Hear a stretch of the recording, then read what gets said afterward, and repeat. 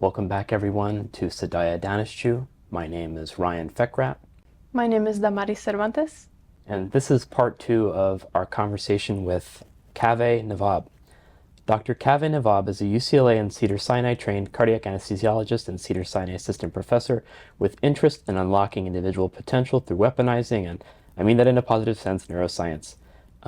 From his clinical work to his efforts as a life coach, Dr. Nawab has nourished the seed of medicine and public health, improving not just the lives of the individual, but the lives of the collective through powerful mental and physical sciences and tools.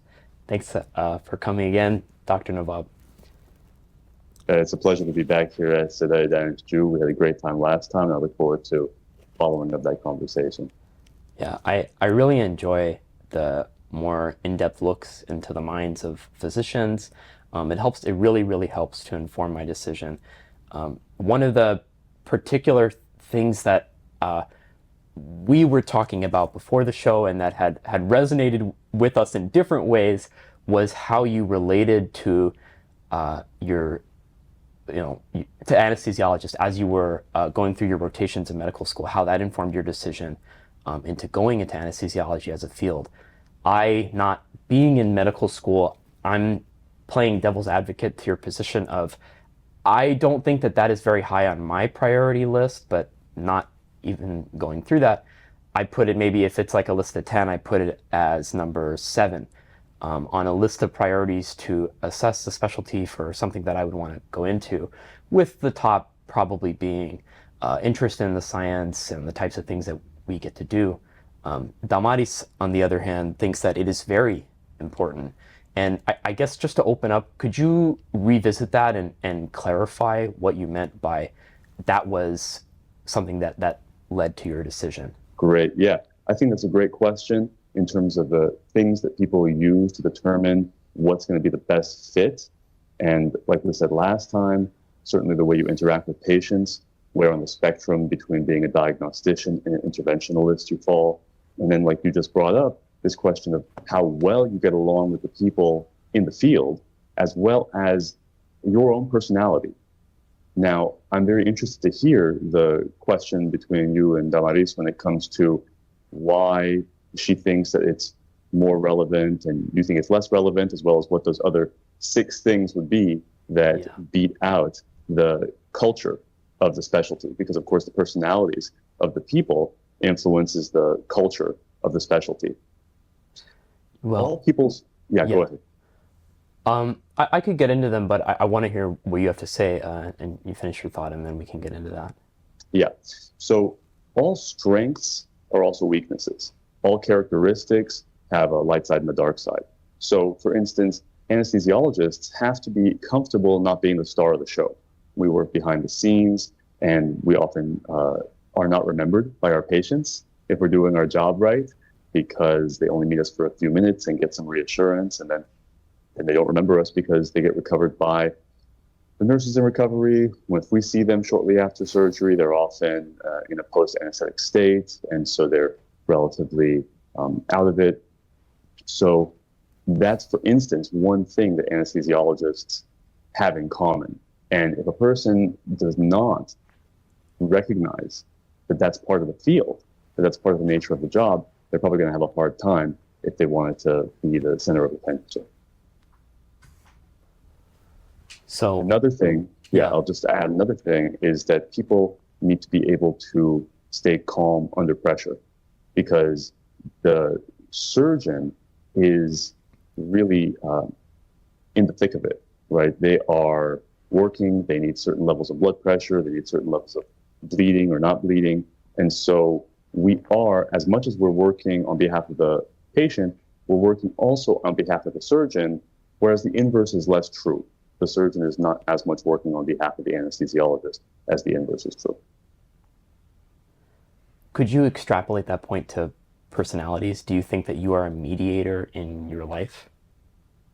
Yeah, that's a great way to see it. Yeah, I think mediation is a perfect word to describe what we're talking about, because there are a lot of things the anesthesiologist needs to balance in a high stakes and fast-paced scenario. And yeah, as far as my own personal life goes, I do also identify as somewhat of a connector, or someone who's able to bring conflicting parties into reconciliation through specific ways of interacting with each other through conflicts of interest. To me, that's really interesting because you are also married to an anesthesiologist. So I feel like that must work. How would you say that that works in your relationship? You guys are both kind of mediators. So would you say that it's easier when you do have conflict, and how do you handle that? Yeah, that's a great question, Damaris. One of the things I would always say about my wife, to my wife, early on in our relationship, was that I knew there was never going to be a person with whom I wouldn't have conflict. I mean, I have conflict with myself, so there's no real expectation when choosing a partner that you're going to find someone with whom you don't have any conflicts. The thing to look for is their method of conflict resolution. And I have a whole map that I could discuss with you guys at any point now or later with respect to the different techniques available for conflict resolution. Just briefly, the four main tools that we have available are: you can call out someone, you can cancel someone, you can call in someone, and you can call upon someone. And I will say that my wife and I have both demonstrated to each other our capacity for using all four of those basic attitudes when it comes to negotiating different opinions. I want to hear more. I think that this is really apparent to any work environment. It's not just medicine, but when, as you were saying, the stakes are high, stress is high, like for surgeons and anesthesiologists, in different ways. Could you just explain more about those four conflict resolution? Yeah, my pleasure. My pleasure. And anytime you want to bring it back to the nuts and bolts of applications and things like that, feel free, but I could spend the whole conversation talking about this. Yeah. So this is somewhat original work of my own, and synthesized from experiences as well as literature I've read. If you picture three kinds of game theory, that means you're interacting with other people and you're going to have outcomes. Games have points, you score points, you lose points. The three main kinds of game theory are negative sum, where everyone loses; zero sum, where someone wins and someone loses; and positive sum, where everyone wins. And in a way, the way our brains seem to be wired, we have a negativity bias. We're much more able to believe or imagine situations where everyone loses rather than situations where everyone wins. I don't know if you can relate to that, but that's definitely the impression I get when I talk to people about this. And next time I can come prepared with some diagrams, but if you can just picture in your mind here, say we have someone who's getting ahead, like a winner; someone who's falling behind, like a loser; someone who's helping others, like an angel; someone who's harming others, like a jerk. Okay? Now you have or another A. quadrants. Another A, exactly. Now we have four quadrants. We have the loser jerk down here. Here we have the angel loser. Here we have the winner jerk. And then here we have the angel winner. And broadly speaking, here we have a negative sum scenario where I'm harming myself and harming others. Here we have the positive sum, zero sum scenario where I'm winning at your expense or you're winning at my expense. And then here we have the positive sum scenario where everyone's able to win. Of course, it's hard to get here. It takes work, but arguably everything in life that is worth anything is worth struggling for. So when it comes to those four ways of interacting with people, call out, cancel, call in, and call upon, they become more pro-social as you move from the first to the fourth, and they become less violent. As we start to call out people, we start to blame, accuse, stigmatize, ostracize. Those are very primitive, and those are always going to be within us, but we want to, over time, learn to integrate and transcend those impulses so that we have them available when push comes to shove in terms of like a break glass in case of emergency.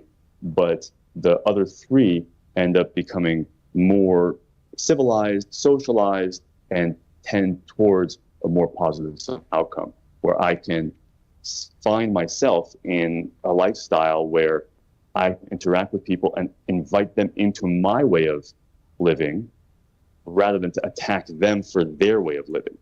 You can consider someone who holds views that are different from yours about whatever political issue you want to choose take your choice of. The typical move, I'll just finish this. The typical move is, especially in the media, is to cancel people, to call out people. But there is also this option of inviting them to be more like you, just by virtue of displaying the kind of life and how enjoyable it is to have your own mindset. Because if you start attacking people for their mindset, they're not really going to be inspired by you. They just see you as another out of control person who they're able to get under your skin. We know people that get under our skin. and that's just that's everyone's prerogative. Kind of like you're saying, it's almost instinctual for some people. But one quick response to that is that someone said to me, our family is best at pushing our buttons because they installed them and they have the same buttons. Yeah. And some things in work and in life, they do push those same, like, very sensitive types of buttons, like you're saying, the ones that were installed or that are core to us. I'm taking from what you're saying that conflict, the more mature the resolution type gets, the more intellectualized it becomes. And it reminds me of, like, the evolution of humans. And a lot of these more intellectual species, I'm thinking, well, there's arguments for and against dolphins, elephants, groups and species that communicate. And it is sort of intellectualized, but would you call it that? Because intellectualization kind of, it also invokes thoughts of immature coping, that you're denying the emotions and the whole of it in favor of just facts and detachment. So could you talk about the balance of that, especially in an academic setting like medicine? Yeah, I'm definitely prepared to do that. And I just wanted to see if Damaris had another angle on it that she wanted me to weave into the response. Damaris. Well, I think initially you were saying that it's kind of almost innate, and I was just going to say, yeah, when you were asking about that too, that naturally we do have kind of an in-group, out-group bias. So I'm also curious to see how that works, not only because we kind of talked about how people might be a little bit similar in the same specialty, but how that works when working with the rest of your team or just other people in that medical setting who may not think the same way. Right. Yeah, so that's definitely been one of my lessons to learn, is to maintain a good balance between the kinds of things I talk about at work and the kinds of things I talk about in settings like this.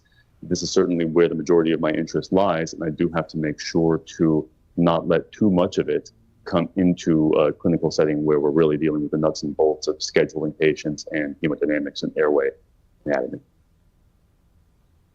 So that's, addressing that piece of it. And as far as, like, the zooming back out and talking about this question of intellectualization, I think it'll help if I just briefly draw out a model for you that I use, which is that there's two sets I'm going to describe. The first is logic, passion, ethics, and purpose. The Greek versions of these are logos, pathos, ethos, and telos. So that's logic or rationality, passion or pathos or emotion, ethics and ethos or culture, and purpose or telos or teleology. So all four of these have a place in decision making and in mental models that we use to navigate our own mind, the minds of others, our own heart, the hearts of others. And I think in general, we usually only think about the battle between logic and emotion, and that's fine. But there's two things missing. One is that it doesn't have to be a battle. These two things don't have to actually compete with one another, just like human beings don't have to compete with one another. At a certain level of development, we go from non-competitive to competitive to cooperative or collaborative. So going back to this question, while it does take thinking, it does take evolution and maturity to move from non-competitive to competitive to collaborative or cooperative, intellectualization is not enough. The logic is not enough. There also has to be pathos, ethos, and telos to that evolution of one's operating system when it comes to interacting with other people.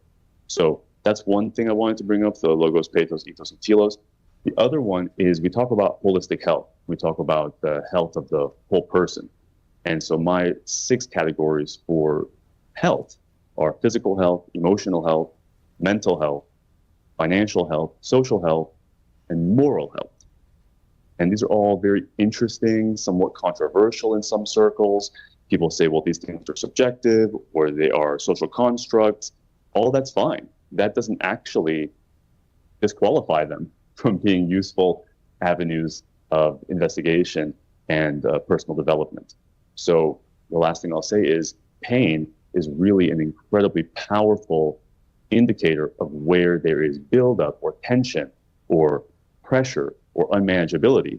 And so what we want to do as healers is to make it okay for people to report their pain and their problems to us, which includes destigmatizing things like being weak or being sensitive, but at the same time, not enabling the stagnation in those lower, weaker states, which include anger, sadness, and fear, mind you. I think it's important to, I mean, this is what I was taught and how I guess I've learned to conceptualize the world. You mentioned social constructs. I'm of the mind that almost everything is a social construct. I'm a strong social constructionist.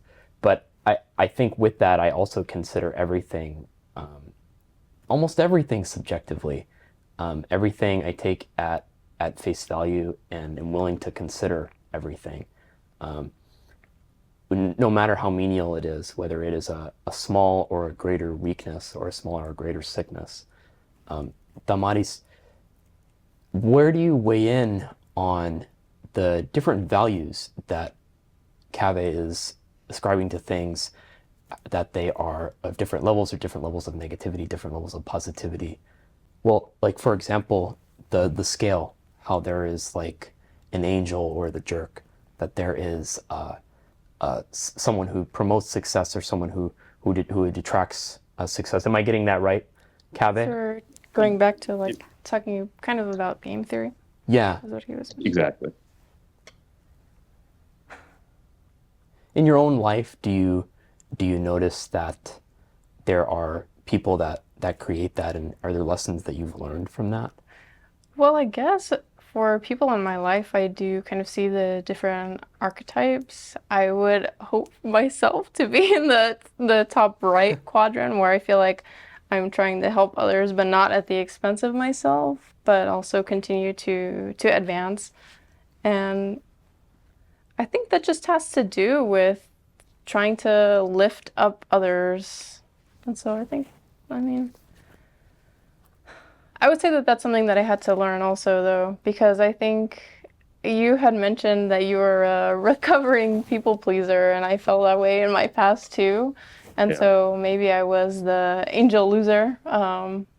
So I think that's just a lesson that I've had to learn in my life, that I have to also value myself and care for myself too at the same time. Thank you. If I may, I'll just briefly say that goes exactly back to what I was saying, that we as healers want to destigmatize people's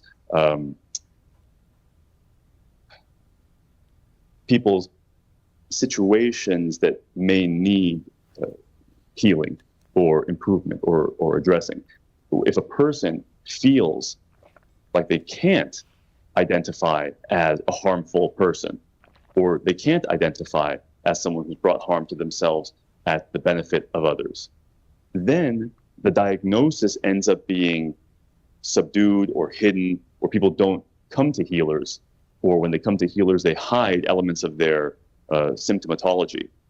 And when I give you these 6 domains, if someone's going to help you financially, they need to know where you are financially. What's your credit score? What's your personal balance sheet look like? If someone wants to help you socially, they need to get a good idea of where you are socially. Do you gossip? Do people gossip about you? How do you deal with social anxiety, public speaking? But if a person can't say that they have jerk tendencies or they have loser tendencies, then that's only going to delay the diagnosis and the prescription. So He's got me if I thinking may- about social constructs. I have another question. Okay. It's interesting that you put it in the way of medicine where you talk about these things being a kind of diagnosis or maybe helping with a diagnosis. I'm curious, how would you consider the etiology of becoming any one of these four archetypes? That was my question. Oh, good for you guys. You guys are totally in sync. Well, I think, and you know, there's good evidence of this, and I'm actually going to give you a fifth one, which is the middle position. The middle position is the one who is relatively immobile or sitting this one out or ineffectual, doesn't win, doesn't lose, doesn't harm, doesn't hurt, doesn't harm, doesn't help, doesn't harm. It's just a fifth position, and in the XY coordinates, they call that the origin. So that has some spiritual implications that we can discuss, as well as some strategic implications, because from the origin, you can go to any of the four quadrants, right? So we talk about nature versus nurture. I think that's actually a distracting question. It's obviously both. And so we can just stop that part of the conversation. I think etiology does tend to have an allure that can be excessively invested in. So if I'm too interested in figuring out where my disease came from or where my negative or undesirable condition came from, that can actually suck me into a rabbit hole. Whereas I think, you know, committing 1 or 5% of our efforts to that is fine. The rest of it really should be towards teleology and where we're going from here. It's obviously helpful to have some understanding of where our current conditions came from, but ultimately we want to move on and find the next place to go to. So, but to directly answer your question, it's obviously a connection of your parents, your past, your genes, your role models, your influences. I have a friend, for instance, who I drew that chart for him. He says, "Oh, I spend the majority of my time on the right side of that diagram, where he's not afraid to be a jerk, right? He's not afraid to be disagreeable. He's not afraid to make others lose in order for him to win." Whereas recovering people pleasers may say they find themselves on the upper part of the diagram, where they'd rather be considered a loser than to be considered a jerk. And so that has to do with our constitution, has to do with social taboos that we grew up with. Is it worse to be a loser or is it worse to be a jerk? I say, listen, none of it's good. Ultimately, we all want to get to that upper right-hand corner. And so really the thing to do is to start taking a catalog or an inventory of the ways that we live our lives. And it helps to have an external third party to, like a doctor or a healer, to really look at look relatively objectively at the patterns in our lives. We can also call this getting over myself. If I can get over myself, I can actually get a better view of myself. And that's why doctors are discouraged from diagnosing themselves and lawyers are discouraged from representing themselves. That's a good enough point to end it on for this discussion. I have more and more questions for you, Kavi, on this discussion, and of course ones that we have shared that we know we're going to get through as part of our script. But we're out of time for this episode. But Kevin, Bob, thank you again for coming on our show. You're an invaluable source of philosophy and of course medical knowledge. I would ask that we could do this again too. Just so much more to discuss. You're a treasure trove, and thank you. Thank you both for indulging me. I think these were great questions. I hope I didn't talk too much, and I certainly like interaction. I like discussions more than lectures. But if I can share anything with you guys that sparks and is thought-provoking and emotion-provoking in a good way, I'm really always happy to do that. Thank you, Dr. Nabob. Nice to meet you, Damari. It's great to see you again, Ryan. And thank you, everyone, for watching this episode of Sedaye Daneshjoo. We will see you next time.